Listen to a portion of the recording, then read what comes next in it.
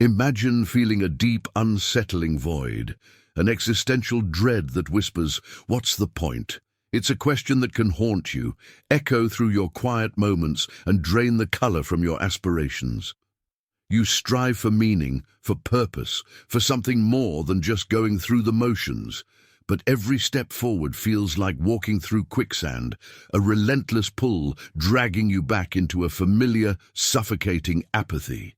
You see others seemingly find their path, chasing their version of the American dream, while you stand at a crossroads, paralyzed, wondering if any of it truly matters. This isn't just a fleeting mood, it's a pervasive sense of meaninglessness that can consume your spirit, leaving you adrift in a world that demands you pick a direction. Now, what if I told you that this pervasive sense of meaninglessness isn't entirely your own burden?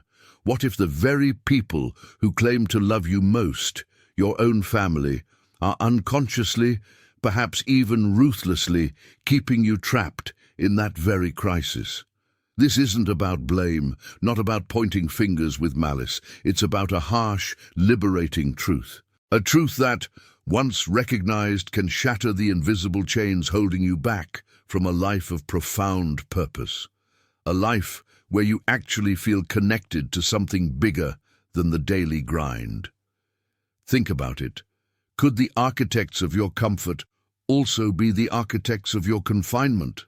We've all been taught that family is our sanctuary, our unwavering support system, the place where we can always land, no matter how hard the fall.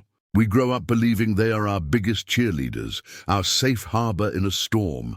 But for many, the family unit can become an unwitting prison of the spirit, especially when steeped in a quiet, insidious nihilism.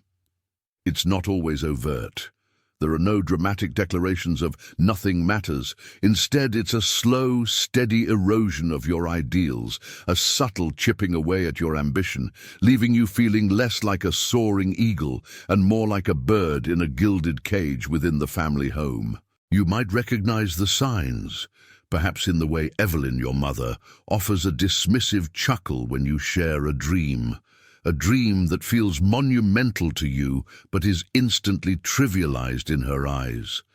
It's that familiar, cynical remark from your father, Richard, about anyone striving for more, always bringing it back to what's realistic or playing it safe, subtly discouraging any leap of faith. Or maybe it's the way your older sibling, Sophia, subtly undermines your achievements, downplaying your successes or questioning your motivations with a knowing glance, a smirk that implies you're just being naive. These aren't just isolated incidents, random quirks of personality. They're threads in a tapestry designed, perhaps unintentionally, to keep you small, predictable, and safely within their orbit of apathy. A gravitational pull that makes escaping feel impossible. Consider Alex, for instance, in their late 20s, early 30s, intelligent and sensitive, yet constantly grappling with this exact feeling of being adrift. Alex often retreats to Alex's apartment, a small sanctuary, trying to piece together a sense of self away from the suffocating influence of Evelyn's dismissive remarks, Richard's pragmatic discouragement, and Sophia's subtly mocking cynicism. Each attempt Alex makes to articulate a new passion or a budding ambition is met with a collective sigh of skepticism, a subtle shifting of the conversation to more practical matters, or a veiled warning about the harsh realities of the world. It's not outright rejection, but a far more insidious form of discouragement that plants seeds of doubt directly into Alex's mind, making them question the validity of their own desires. In this video, we're going to pull back the curtain on this uncomfortable reality, this unspoken dynamic that can silently suffocate your potential.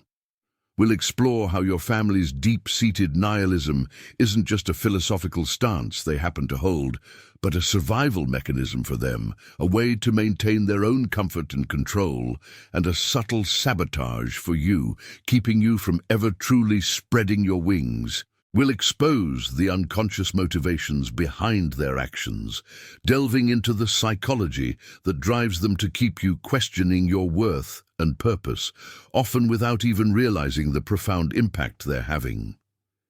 Imagine the relief of understanding that the weight you carry isn't entirely self-imposed, but rather a burden shared or even created by those closest to you. This isn't an easy conversation, not by a long shot. It demands introspection, courage, and a willingness to look at your most intimate relationships through a new, perhaps painful lens. But it is a necessary one, because your freedom, your meaning, and your very soul depend on recognizing this pattern, on seeing the subtle manipulations and the quiet discouragement for what they truly are. It's about more than just identifying the problem. It's about empowering you to break free.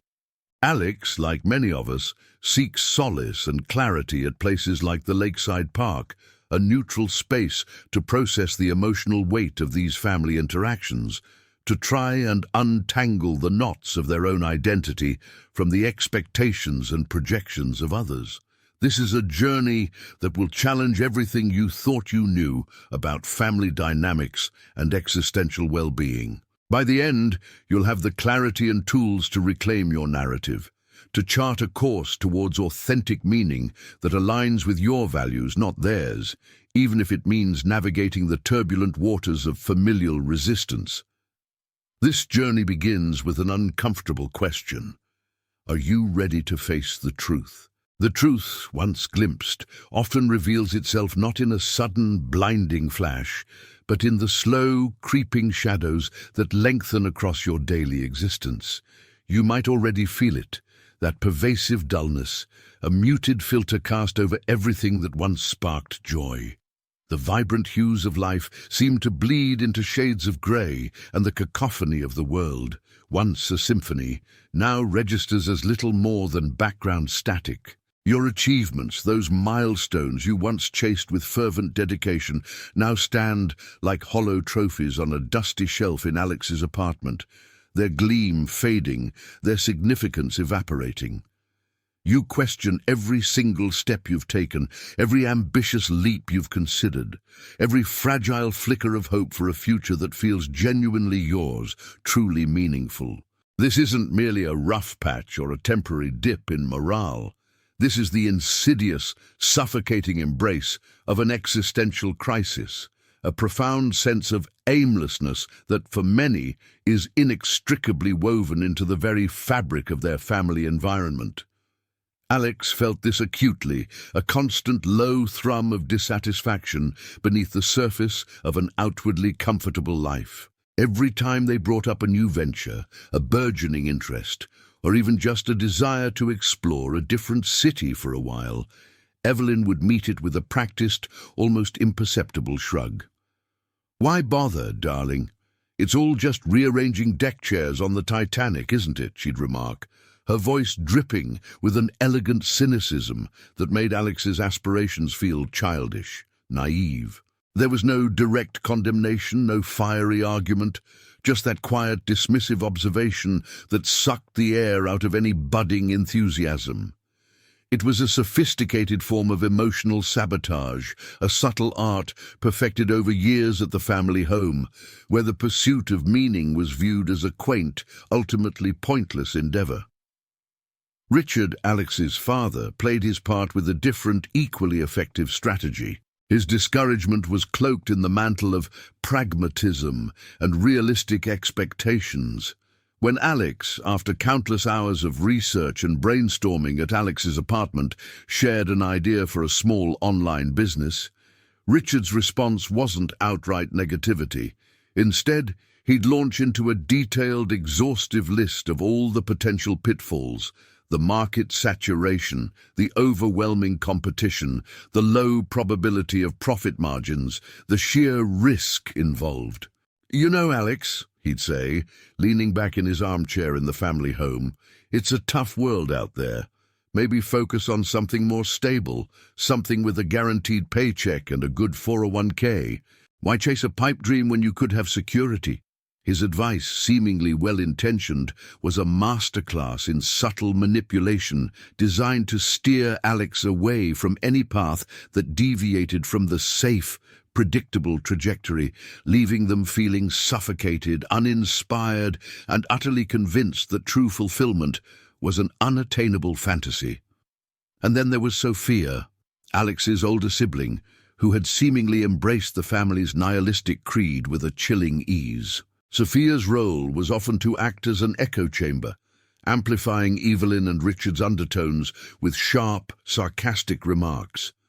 When Alex, after a particularly introspective session at the lakeside park, spoke about feeling a deep need to find purpose beyond material gain, Sophia would offer a dry chuckle. "Oh, still on that spiritual quest, are we, Alex? Don't forget to send us a postcard from the Enlightenment Factory. Just make sure it pays the rent." Her words, delivered with a casual smirk, trivialized Alex's profound longing, reducing it to a joke, a phase, something to be outgrown. These weren't just isolated incidents of negativity. They were carefully woven threads in a relentless narrative that constantly reinforced the idea that meaning is an illusion, that genuine effort is ultimately pointless, and that dreams, especially those not tied to tangible, immediate gains, are the foolish pursuits of the naive. This constant bombardment created a psychological quicksand around Alex, a treacherous terrain where the more they struggled to find purpose, the deeper they sank into a mire of self-doubt and apathy. Every attempt to articulate their inner turmoil, every reach for connection, was met with a dismissive wave or a veiled critique, subtly eroding their confidence in their own perceptions. At Alex's apartment, the silence after a family call would often feel heavier, thicker, laden with the unspoken judgment and the weight of their collective cynicism. This section is about recognizing these deeply ingrained patterns in your own life. Do you feel a profound sense of aimlessness that intensifies almost palpably after family gatherings at the family home, leaving you drained and questioning your own sanity? Do your creative urges, your ambitious plans, your yearning to make a mark on the world, wither and die under the weight of their unspoken judgment or their overt cynicism? The constant flow of nihilistic undertones, whether explicitly stated by Evelyn or implicitly communicated through Richard's practicality and Sophia's sarcasm, can over time erode your fundamental sense of self-worth. It chips away at your belief in the possibility of a fulfilling life, subtly convincing you that your search for meaning is not only naive and foolish, but perhaps even selfish, a self-indulgent distraction from the realities of life. This isn't about blaming your family for your feelings or demonizing their intentions. It's about understanding the insidious mechanics of how their worldview, their deeply held beliefs about the futility of existence, can become a powerful, often invisible barrier to your own existential liberation. It's time to shine a harsh light on this trap, to identify its intricate workings so that you can finally begin the crucial, liberating work of dismantling it. To truly dismantle it, we must first understand the very fabric of the cage, the insidious blueprint of what I call the nihilistic family archetype. This isn't about some academic debate over Nietzsche at a fancy dinner party. It's far more subtle, far more pervasive and infinitely more damaging in its quiet insistence that nothing truly matters. A nihilistic family isn't necessarily a group of people who openly declare life meaningless. Rather, it's a unit where a deep-seated cynicism, a pervasive sense of futility, and a subtle but constant discouragement of ambition permeate every single daily interaction. This isn't an overt, shouting match of "your dreams are worthless."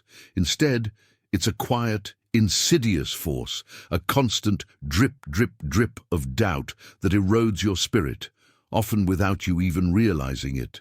Consider Evelyn, Alex's mother, who with a dismissive wave of her hand and a slight smirk might scoff at the very idea of finding your passion, suggesting it's a luxury for the privileged, a naive fantasy reserved for those who haven't truly grappled with the realities of the world.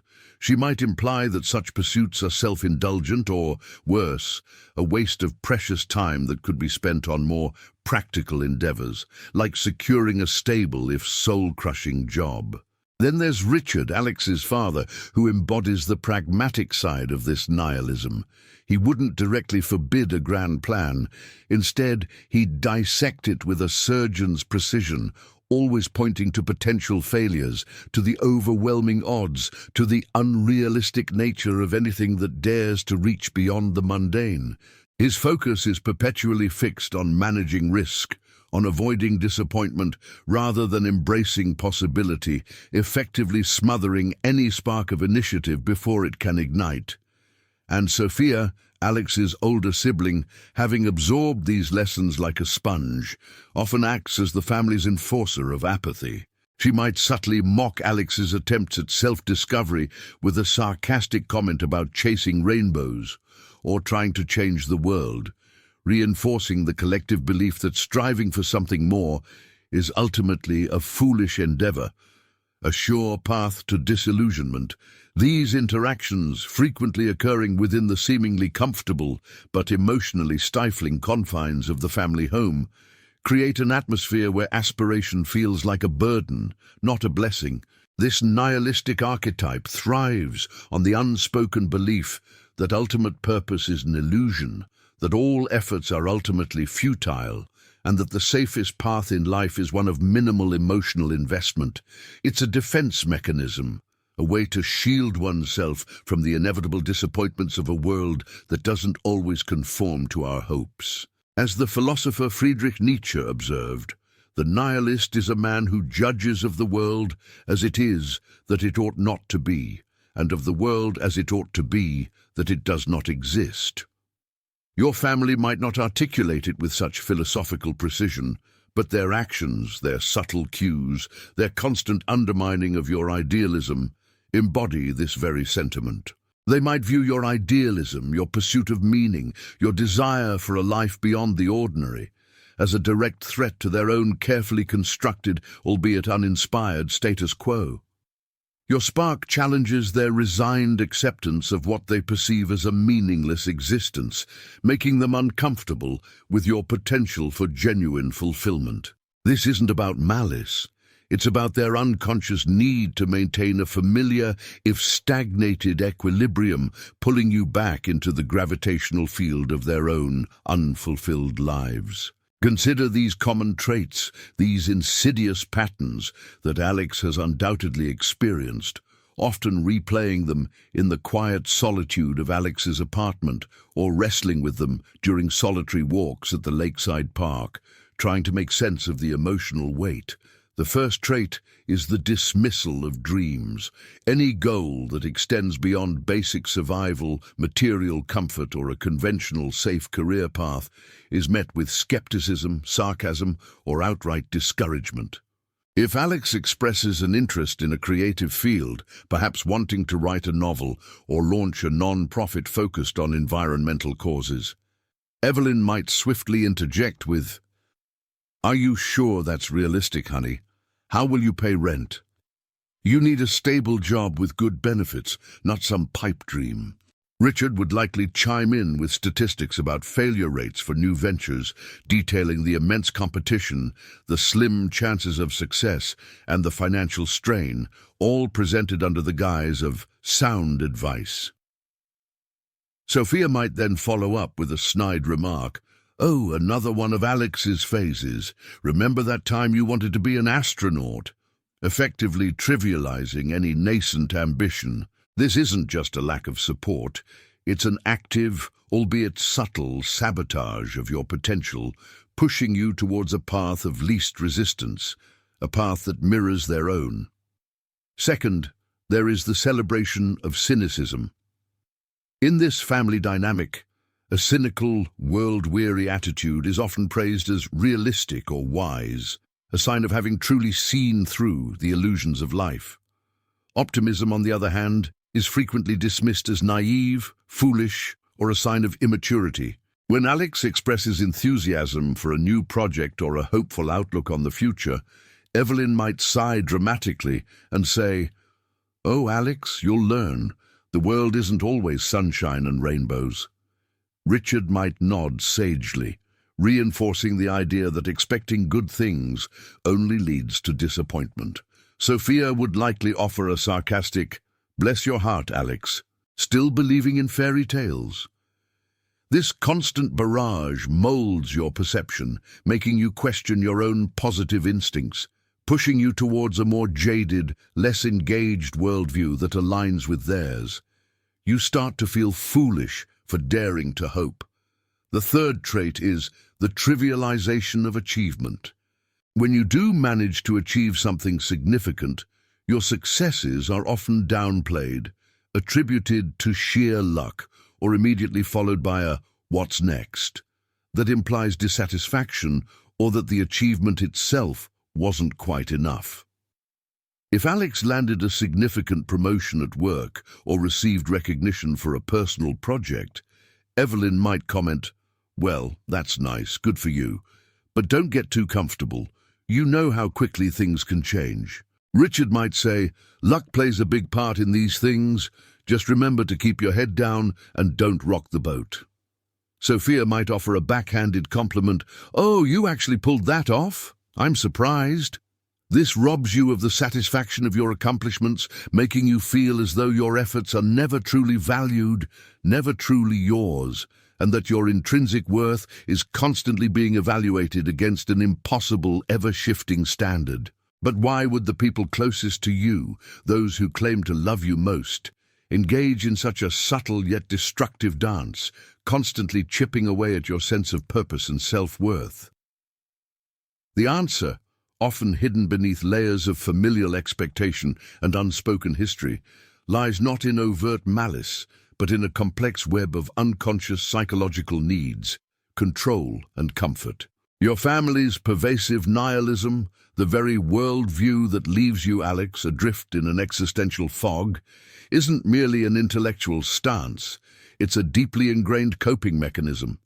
It's a carefully constructed fortress designed to manage their own anxieties, insecurities, and perhaps even their own unexamined existential dread. When you, Alex, begin to question the established status quo, when you start reaching for deeper meaning, or when you dare to pursue ambitious goals that lie beyond the family's cynical horizon, you inadvertently trigger a profound threat to their meticulously maintained reality.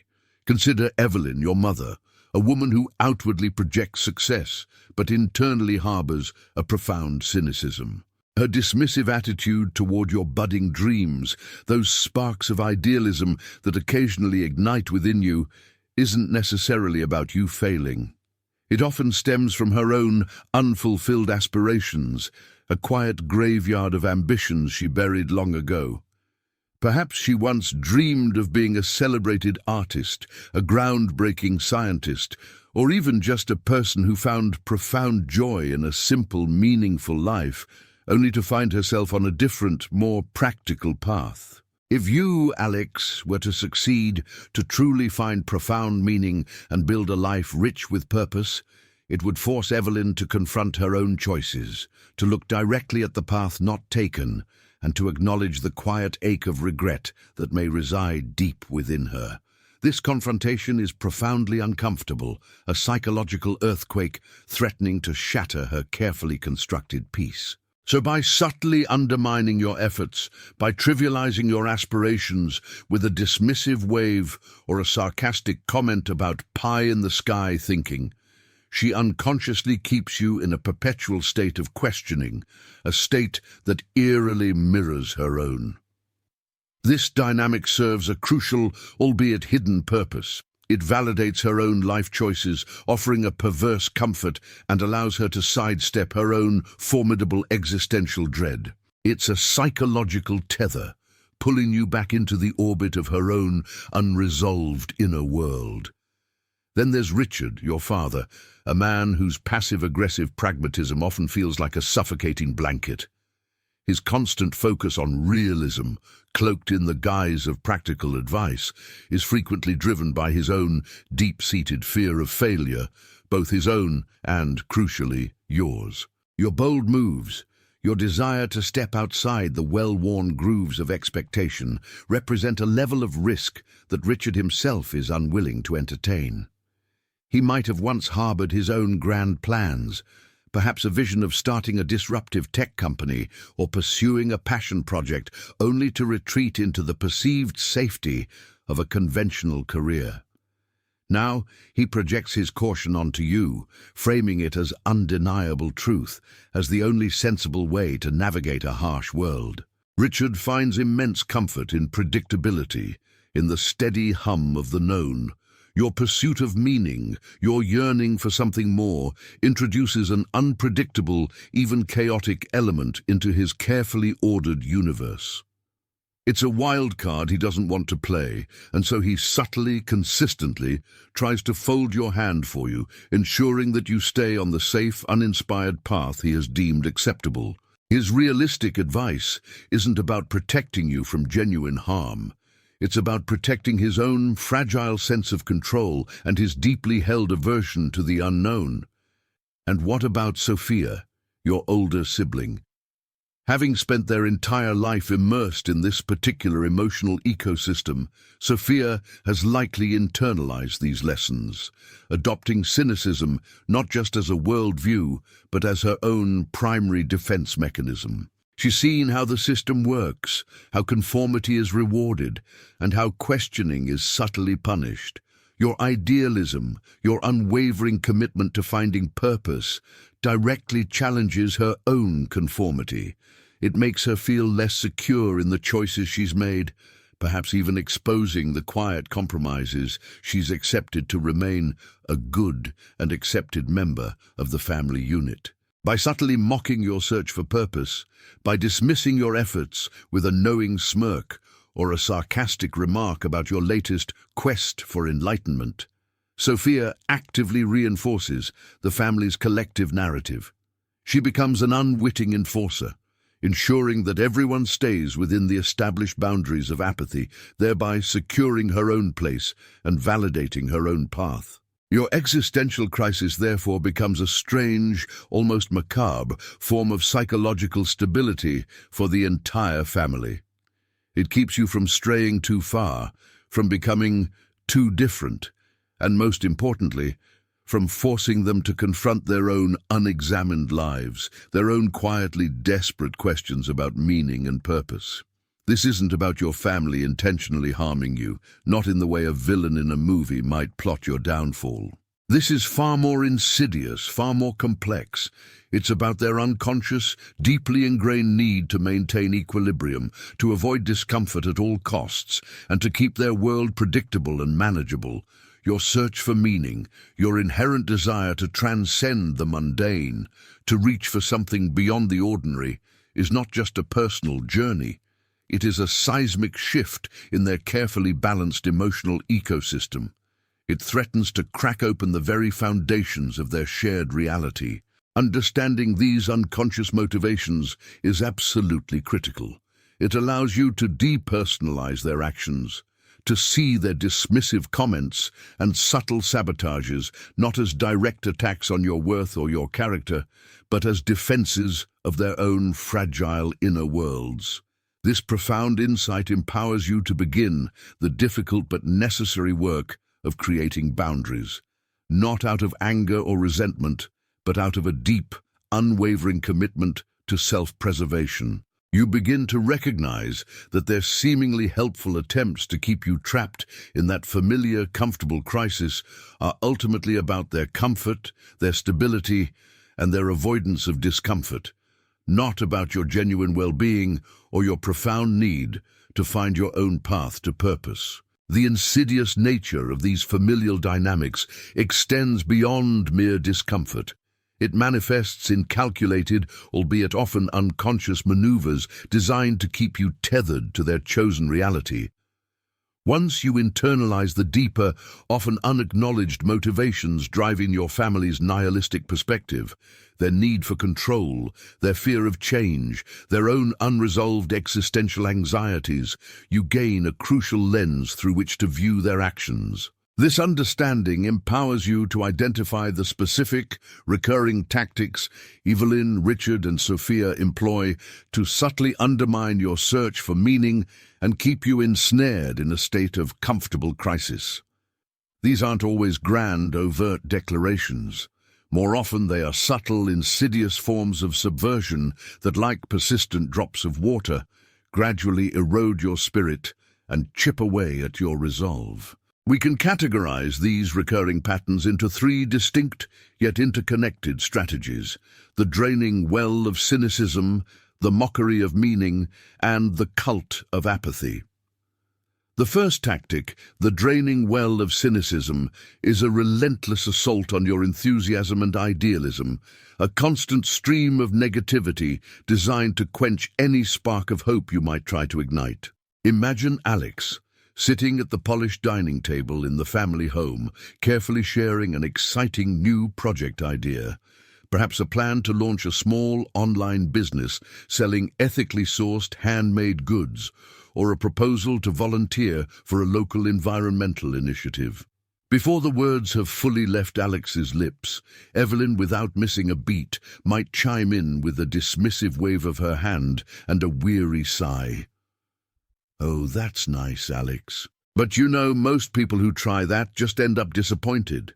The market's saturated. The economy's unpredictable. It's a lot of effort for very little return, isn't it?" Her tone isn't overtly critical.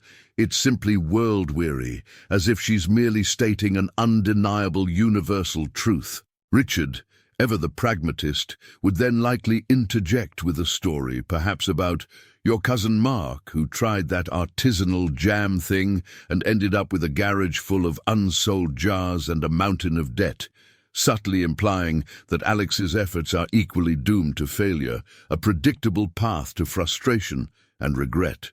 He might even add, "It's good to be realistic, Alex. Don't set yourself up for heartbreak." No, so this isn't direct criticism.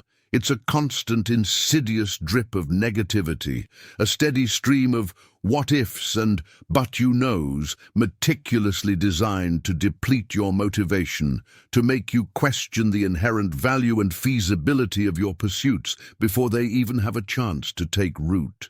For a long time, Alex would find themselves instinctively trying to argue, to defend their dreams, to present facts and figures that counter their parents' cynicism. They would mentally rehearse rebuttals, attempting to convince Evelyn and Richard that this time it would be different, that their idea had merit. But each defense felt like pushing against a rising tide, leaving Alex exhausted and disheartened, the initial flicker of enthusiasm reduced to a smoldering ember. Recognizing this as the draining well allows you to identify the pattern, to understand that their cynicism isn't about your idea's flaws, but about their own ingrained worldview. It teaches you to conserve your precious energy, to recognize that engaging in a direct argument is often futile, a waste of emotional capital. Instead of fighting the current, you learn to step away from the well, protecting your nascent dreams from its corrosive influence. The second tactic, the mockery of meaning, is a more direct yet still subtle assault on your inner world, a systematic trivialization of your search for purpose and personal growth. Imagine Alex sitting alone in their small personal sanctuary of Alex's apartment, perhaps journaling about a new insight or reflecting on a philosophical concept that has deeply resonated. Later, during a family dinner at the family home, Alex might tentatively bring up a conversation about introspection, personal development, or the pursuit of a deeper understanding of life. Sophia, Alex's older sibling, who has seemingly embraced the family's pragmatic, unexamined existence, would likely roll her eyes with an audible sigh and a smirk. "Still trying to figure out the universe, Alex?" goodness, just get a better job like the rest of us. Or maybe a new hobby that actually pays dividends. All this deep thinking seems like an awful lot of work for no real payoff. Her tone is laced with condescension, her words implying that Alex's intellectual and spiritual pursuits are childish, a waste of time, or even an avoidance of real life. Evelyn might then chime in with a faux sympathetic tone. All this talk about meaning is just an excuse not to deal with real life, darling. Life's simple. Work, pay bills, enjoy the occasional vacation. Anything else is just youthful idealism that you'll grow out of eventually. Indeed, this subtle mockery isn't meant to be overtly cruel, but it's deeply effective. It makes you feel foolish, naive, or even self-indulgent for daring to have deep thoughts or aspirations beyond the mundane.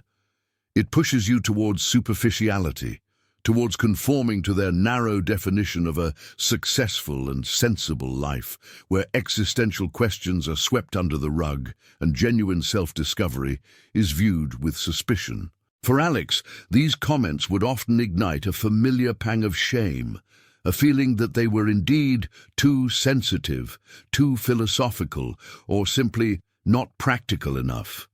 They would retreat, internalizing the idea that their quest for meaning was a personal failing, something to be hidden.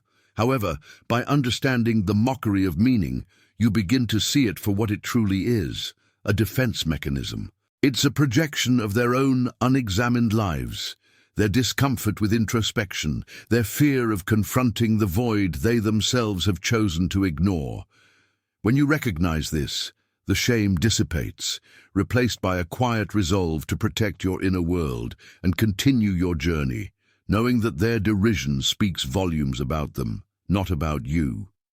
You realize that their laughter is not at your expense, but a hollow echo of their own unfulfilled potential. Finally, we arrive at the third tactic, the cult of apathy.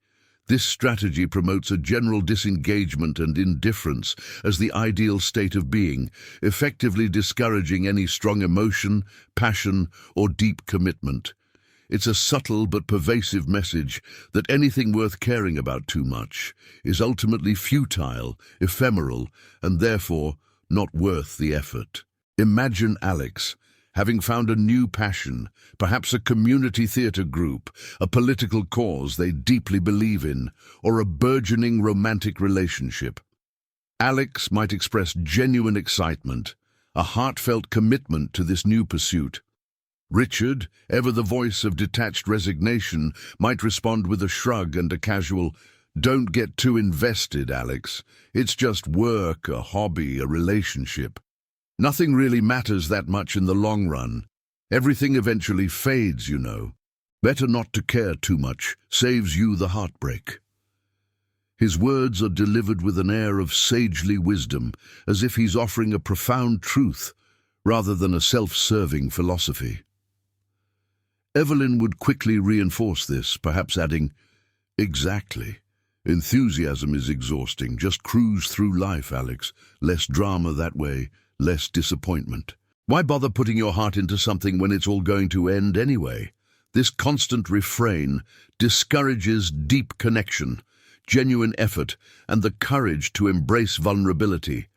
It fosters a sense of detached resignation, a cynical worldview where passion is seen as a weakness and commitment as a potential source of pain. It aligns perfectly with their nihilistic outlook, where if nothing truly matters, then why bother caring deeply about anything at all? For Alex, this subtle pressure often led to a self-censorship of their own emotions. They would find themselves pulling back from commitments, hesitant to fully invest in relationships or projects, always with a nagging voice in the back of their mind, echoing their parents' apathy. They worried about being too much, too intense, or simply setting themselves up for inevitable disappointment. But by understanding the cult of apathy, Alex begins to see that this isn't a universal truth about the human condition, but a choice, their choice, to shield themselves from the inherent risks and rewards of a fully lived life. It's a defense against vulnerability, a preemptive surrender to a perceived meaninglessness. Recognizing this allows Alex to reclaim their capacity for passion and commitment, to understand that while everything may indeed eventually fade, the experience of profound connection and purpose is what truly defines a meaningful existence, regardless of its duration. They realize that embracing apathy is a choice to live a smaller, less vibrant life, and that is not the path they are willing to take. These three tactics, the draining well of cynicism, the mockery of meaning, and the cult of apathy, individually might seem like minor annoyances, easily dismissed as typical family quirks, but collectively they create an oppressive atmosphere, an emotional environment where your pursuit of meaning feels like an impossible uphill battle against an invisible yet powerful current. Alex experienced this firsthand, feeling the constant drag, the inexplicable exhaustion that came after every family gathering at the family home, or even a casual phone call. The initial excitement for a new venture would slowly bleed away, replaced by doubt. The quiet joy of introspection would be tainted by a sense of foolishness. The eagerness to connect deeply would be dampened by a fear of future heartbreak. Recognizing these insidious patterns in Evelyn's dismissals, Richard's cautionary tales, and Sophia's sarcastic jabs is not merely an intellectual exercise, it is the first, most crucial step towards disarming them. You cannot effectively fight what you cannot clearly see, what you cannot name. By understanding these subtle subversions, by seeing the mechanics of their unconscious control, you gain the power to protect your inner world. Alex began to consciously disengage from arguments designed to drain their energy. When Evelyn or Richard started pouring cold water on an idea, Alex learned to simply acknowledge their perspective without internalizing it, perhaps offering a brief, "I hear you," and then changing the subject or physically excusing themselves. When Sophia tried to mock Alex's search for meaning, Alex would meet her gaze with a quiet confidence, refusing to let the shame take root, understanding that Sophia's sarcasm was a reflection of her own limitations, not Alex's. At the lakeside park, Alex found solace and clarity, using the quiet moments to reaffirm their own values and purposes, away from the family's influence. Alex's apartment became more than just a place to sleep.